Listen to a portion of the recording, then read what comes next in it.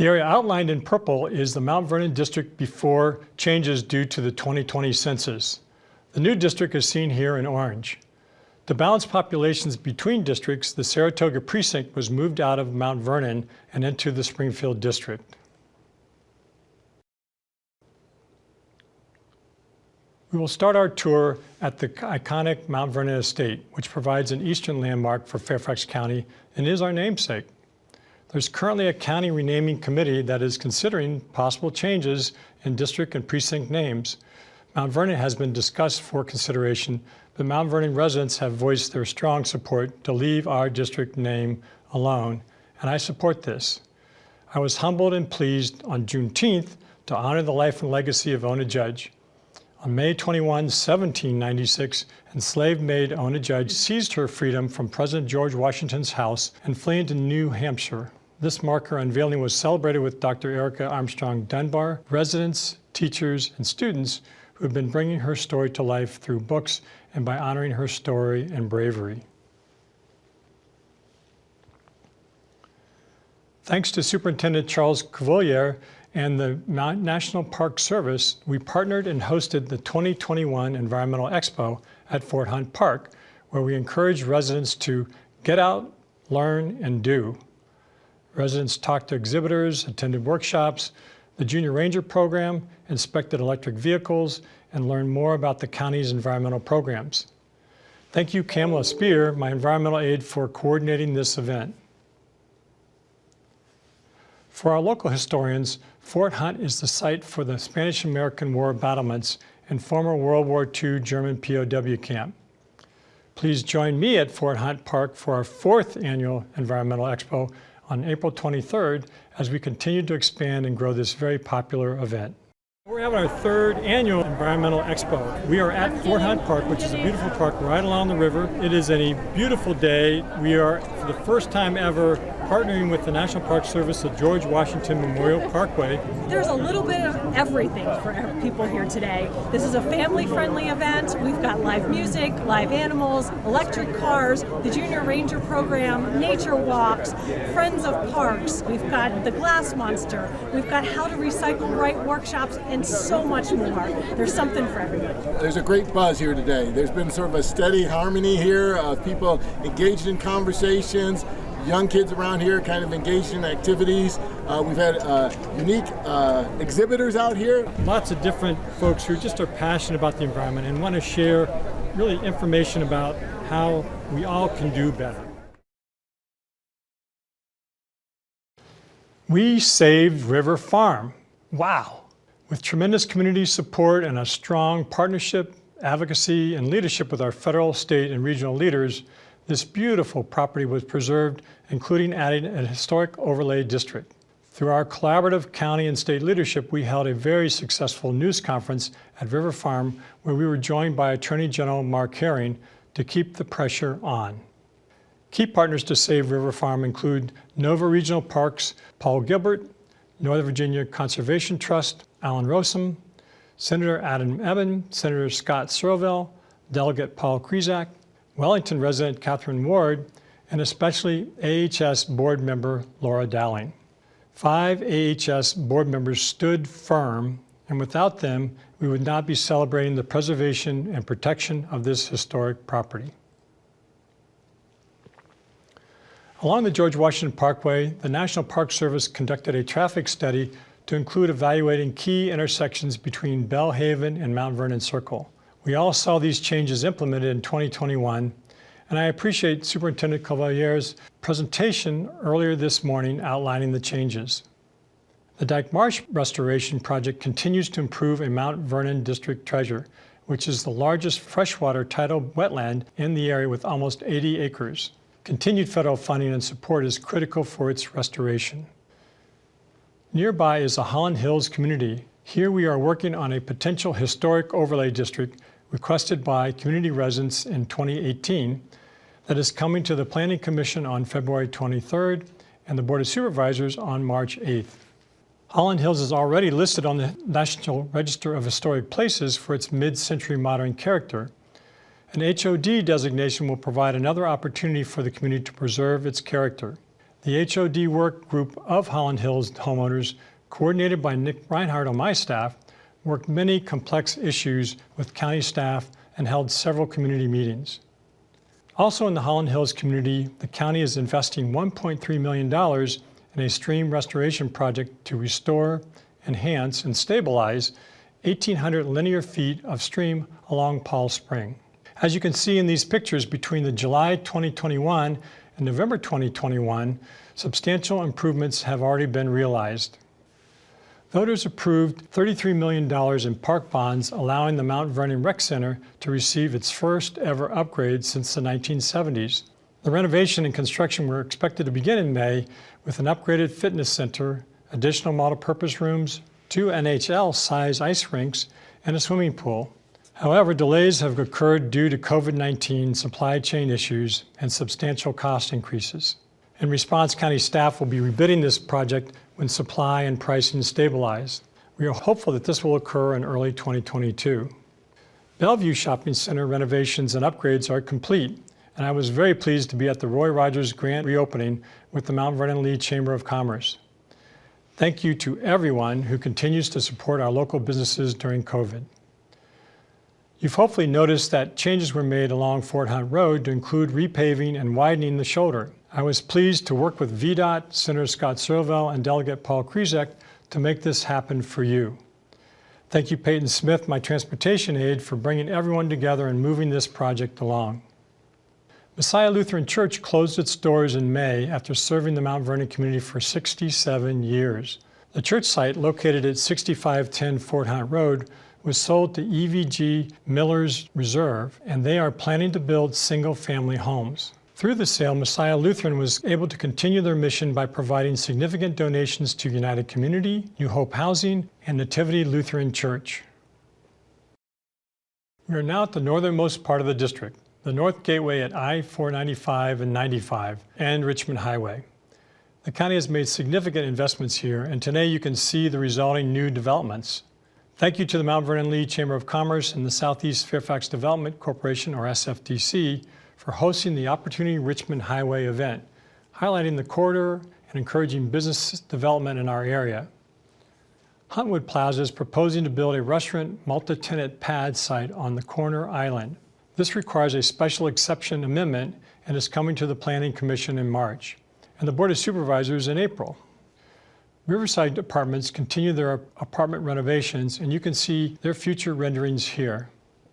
Ethos Veterinary is proposing a state-of-the-art veterinary facility at 5904 Richmond Highway, and the rezoning is still under review by county staff. You may have heard that the former Great American Steak Buffet is undergoing commercial renovation. Beyond Hello, a medical marijuana dispensary, is looking to occupy the space. County staff has determined that this business is permitted retail sales use in the underlying zoning district. Virginia state regulations also allow this use and govern the operations of medical cannabis dispensaries. Among these regulations, once the product is sold and dispensed, the individual purchaser is not legally allowed to consume on the premise of the facility. I'm sure many of you are also familiar with the Sunoco site, and it remains vacant. We're not aware of any pending plans for the site, although the owner does have other options and can move forward with by-right development.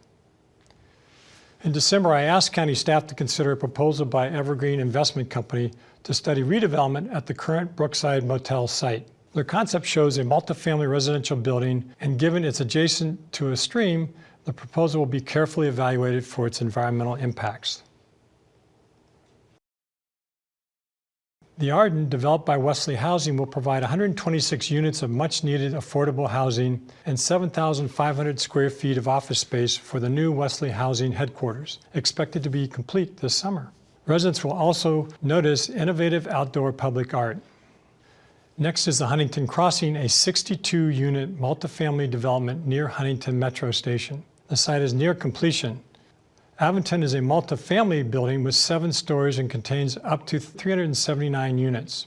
The proposed building design complements the existing multifamily structures to the south of the property while being respectful of nearby single-family uses and the terrain. It also promotes a contemporary urban design adjacent to the Huntington Metro Station.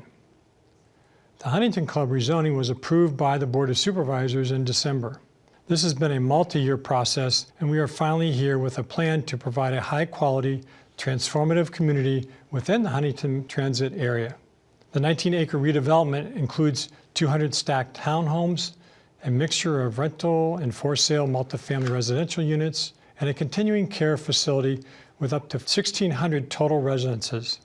I also worked very hard with the developer to ensure that there are affordable and workforce units at this site.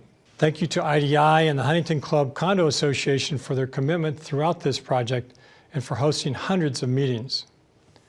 On January 26, 2021, as part of the South County Site-Specific Plan Amendment, or SSPA process, the Board of Supervisors authorized consideration of a comprehensive plan amendment on the Huntington Transit Station area to evaluate a plan for mixed use to include public facilities for the Huntington Metro Rail Station. 360,000 square feet of office and retail use and 2,400 units in low, mid, and high-rise buildings are part of that. As we travel south on North Kings Highway, we approach the Fairchild Stream Restoration Project beyond the Walmart, which was a $3 million county investment. I'd like to thank Martin Tillett for inviting me to this site many years ago and for his continued advocacy. Not only was the county able to complete this stream restoration, but a number of years ago, I was able to get county funding to purchase nearby Quander family land to connect to the Fairchild site to create a future park. This property was approved and is being conveyed to the Park Authority this year. Next door, where the old Wendy's, Ranch House, and Pizza Hut used to be, the Bellhaven project is under construction and includes a high-quality, mixed-use, multifamily building with 340 units and unique on-site park amenities and 41 workforce development units. Across the street is the South Alex project that is now underway after last year's terrible fire. Combined Properties is developing 400 apartments, 41 townhomes, and 44,000 square feet of ground-level retail. An Aldi grocery store will be the anchor of this complex. New this year is a proposed Alexandria Crossing project, which will be coming to the Board of Supervisors later this month. This is located on the Evolution home site, and Lennar Multifamily is proposing 466 residential units on 8 acres of land, with 47 units as workforce affordable homes. They've also committed to a $250,000 park contribution. I recently met with the PennDOT Terrace Mobile Home Park and surrounding residents about this next door property. The Kings Crossing area will be the first bus rapid transit or BRT stop after Huntington. You can see the station design concept here, and on February 25, there will be a community meeting to announce the one brand name. County staff have made significant strides in 2021 with the right-of-way acquisition process beginning later this year. We are now at BRT Beacon Groveton Station number 3. And a future metro station. Built on a 100-year-old airfield, this future town center concept has the greatest urban redevelopment potential.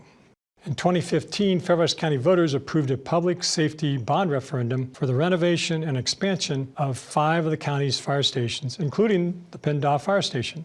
As planning developed on the PennDOT Fire Station, the Hybla Valley Nursery site became available and was found to be an advantageous location for the new fire station.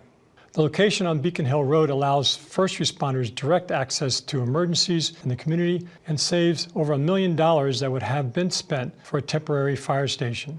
Due to the size of the property and location along Richmond Highway, an opportunity to provide co-located county facilities was recognized. I convened an advisory committee, much like I have done on similar projects, consisting of local residents, affected agencies, and community organizations to help us find the right balance and provide input on programs and site design. Thank you, Christine Morin, for leading this effort. This project will provide co-location opportunities with replacement beds for the Eleanor Kennedy Shelter, supportive and workforce housing. After 35 years, North Hill is on the verge of revitalization.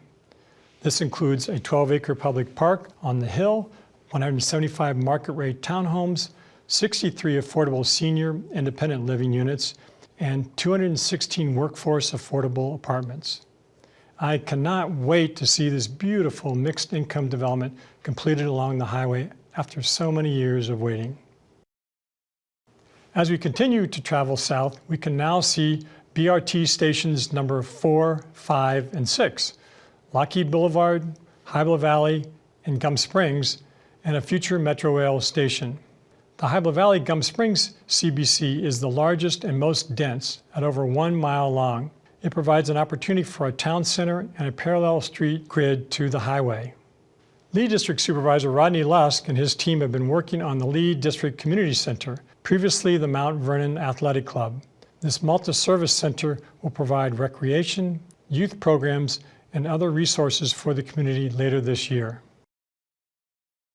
Now, welcome to our office and the Mount Vernon Governmental Center. We offer many services here where many of you visit our office. On site, you can find the purple glass recycling container where we have the busiest bin, and wine bottles seem to be the preferred glass of choice for many of you. This year, we've partnered with the DMV Connect, and they've been providing monthly services to residents for any vehicle-related needs. I'd also like to remind you of the new staff members this year: Alex Kramer, Peyton Smith, and Maddie Carcamo Reyes. The Farmers Market at Sherwood Hall Library parking lot continues to be a community favorite. We were also fortunate to celebrate the 50th anniversary of the Sherwood Hall Library, where many of you picked up free COVID tests. Walt Whitman Middle School also celebrated their 60th anniversary this year. I've spoken with many of you about the challenges of infill development in our district, and 2 weeks ago I kicked off the Infill Development Task Force to create a better understanding of the by-right development process for residential infill projects and evaluate what options there are to change the process, both at a county and a state level, that could benefit the community. The advisory committee consists of 15 to 20 members, including Mount Vernon District residents, state representatives, and industry developers, and will meet over the next 5 months, and is being led by Nick Reinhardt on my team. The Fairfax County Park Authority endorsed Park Authority Pickleball Study Report in December, which will serve as a guiding document for Park Authority pickleball planning. Thank you, Linwood, for working with me to acquire pickleball nets at Walt Whitman and Collingwood Park, as well as striping for courts in the Saratoga area. This past year, the National Register nomination was completed and accepted for the Pride of Fairfax Lodge, formerly Oddfellows Hall in Gum Springs. In addition, I was able to secure additional funding to expand the scope and further define the boundaries and the history of Gum Springs through a community-driven process, which we kicked off this past year. This will help protect the future of Gum Springs, and I look forward to working with the community leaders and local organizations and residents throughout this process. I'm also pleased that we were able to continue improvements at Gum Springs to include new historic marker and MLK Park playground renovations. After hearing many community concerns about the Richmond Highway widening being too expansive in some areas with up to 13 proposed lanes, we demanded that VDOT take a second look to protect our community. VDOT is reviewing traffic engineering and will have more information to share in the early spring. We can now see BRT station number 7 near the original Mount Vernon High School, or OMVHS. A partnership agreement is underway between the county, Fairfax County Public Schools, and Northern Virginia Community College to bring college classes and workforce development to the campus. Other options being considered include training programs, small business and food incubation, nonprofit offices, and professional theater offerings. Additionally, we held the Teen and Senior Center ribbon cutting, and the SFDC hosted their first summer picnic on site. Across the street is the Jerry Highland Government Center, which is the location of our local health center where COVID testing currently takes place. During the Comprehensive Plan SSPA review last year, I hosted a community meeting with residents in the Ingleside and Rays Mobile Home Park to talk with them about their concerns and how I can support the residents best going forward. I truly understand the importance of home security, ownership, and living in a connected community. Housing security is a critical element of my commitment to that Richmond Highway redevelopment, and it must always include a plan for leaving no one behind. I'm looking forward to the recommendations by the Manufactured Housing Task Force later this year. Further south along Richmond Highway, the Woodlawn CBC is the 8th BRT station. This CBC is the least dense as we transition to more residential properties down the corridor and includes both the Sacramento and Woodlawn shopping centers. The Woodlawn Fire Station is open, and I welcome you to the grand opening there on Saturday, February 19th at 10 a.m. It will be a wonderful celebration. Oarsman recently opened their new Kia dealership at this improved location. Team MVD was happy to participate at the Mount Vernon Community Cookout at the Sacramento Center. Thank you, Alex Kramer, my Health, Housing, and Human Services liaison, and Shirley Short, our amazing volunteer, for connecting with our residents.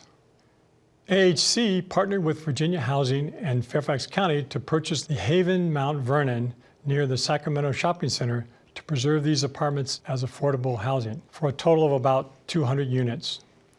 As you know, there are many missing trails along some of our busiest roads, an outcome of the great need for more funding for trails and sidewalks. A very good example is the Mount Vernon Memorial Highway Trail with its many missing links. In 2014, $5.5 million was approved for a county project to complete the missing pieces and provide a 20-plus mile walking trail from Great Falls to Richmond Highway. This will be an improvement long sought by me for many of our walkers, runners, and cyclists, and the groundbreaking took place just a few weeks ago. I look forward to seeing you back this year at Gristmill Park on Sunday, March 27th for the Ides of Bark Dog Festival. Behind Gristmill Park, the Fairfax County Park Authority acquired the Walutz property from Mount Vernon Estate to provide an enlarged park that protects this former slave housing area. When I was elected, one of my visions was to establish a Mount Vernon cultural corridor to draw more visitors to experience the area's historic sites and abundant parks. Similar to the Williamsburg to Jamestown Historic Trail, the Mount Vernon Corridor Trail will connect the Mount Vernon Estate to the National Museum of the Army and the many other historic stops along the way. This vision is being realized through my tourism task force, and I'm very excited to share with you our new Potomac Banks branding. Future goals for this area include a full-service hotel, fine dining, entertainment, and new recreation. The 6th annual Tour de Mount Vernon kicked off at the Woodlawn Pope Leahy House and was dedicated to my lifelong friend and inspiration behind this annual ride, Dave Evans. This event continues to bring the community together to ride through our many scenic and historic areas. The staff and new executive director, Sean Halifax, were very supportive partners. Please join me as we head back to the southern part of the district to ride on October 22nd. We are here today at Woodlawn and Pope Leahy House, and this is part of the Tour de Mount Vernon. This is our 6th annual Tour de Mount Vernon, and we are here to bring folks out to connect, to enjoy nature and our community. Well, I have participated in it before, and what made me come out today is obviously to celebrate all of the ways people can bike around Fairfax County, particularly Mount Vernon. Whenever we can promote cycling as an alternative way to get around in Fairfax County and prove that you can do it safely, it's a great healthy activity, and we want to encourage that and showcase that.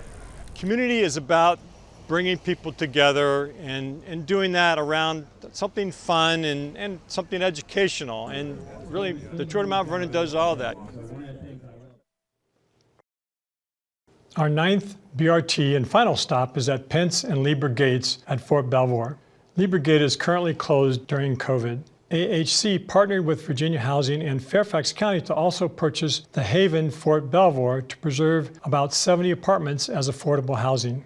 I also want to mention that I have worked with the board and county executive to create a new role for the county, a Fort Belvoir liaison. Vance Savella, who works in the Department of Economic Initiatives, has been cultivating relationships and developing ways that we can better locally leverage Fort Belvoir, its 150 partner organizations, 51,000 employees as the largest employer in Fairfax County, and $28 billion in county economic impact. Vance now works on site at Fort Belvoir as well.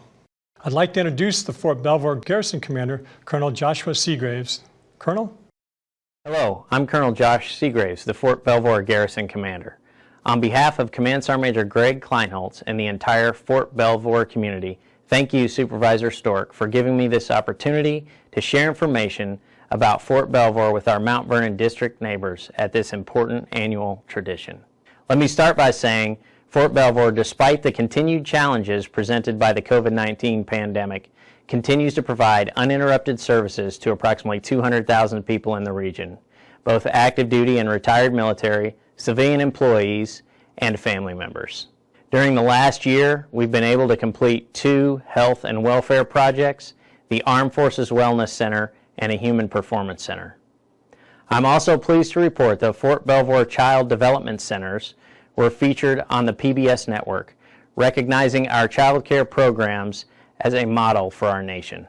The Fort Belvoir Community Hospital, which has been the epicenter of our response to the virus, marked a milestone last summer of more than 100,000 COVID-19 vaccines administered. In September, Fort Belvoir hosted a community engagement for the Department of Defense Naming Commission to discuss possible renaming of the installation. Although no decision has been made as to whether the installation should be subject to a name change, we will keep the public, county, and state leaders informed of the garrison status as we move through the review process. I'm confident Fort Belvoir will remain a key platform in support of our national security strategy and will continue to serve as a long-term economic engine for both Fairfax County and for the region. In closing, I also want to take this opportunity to express my appreciation for the continued support and cooperation that our military community has received and receives from our Mount Vernon neighbors and the Fairfax County state and local governments. Well, thank you, Colonel.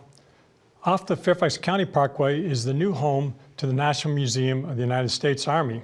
The Army Museum was the host site for our first Veteran and Military Career Fair, which drew more than 500 job seekers. Now that we've toured the entire district and seen all of our Mount Vernon District treasures, let's talk about Potomac Banks. The Potomac Banks brand captures our historic sites, recreational spirit, entertainment, and the arts, nature, and so much more. COVID has had a profound impact and hurt our tourism and hospitality industry. I encourage all of you to get out and visit all of these sites in our Potomac Banks brand. This year, we are launching the brand to raise awareness, drive more visitors to our region, and to create synergy between locations. Wow, we have a lot going on in the Mount Vernon District. I am pleased to continue working with you to see the changes we want in our neighborhoods and community. We are indeed fortunate to live in a vibrant, growing area where all can live, learn, work, and play. Our district is renowned for its scenic beauty, civic activism, history, hospitality, and vast diversity. As we grow, we know that balancing these incredible assets with new 21st century opportunities will be vital to maintaining our community character and enduring heritage. It has always been my honor and privilege to serve you as your Mount Vernon District Supervisor. Together we have accomplished much throughout a second challenging COVID year, and I know we will achieve far more in the future.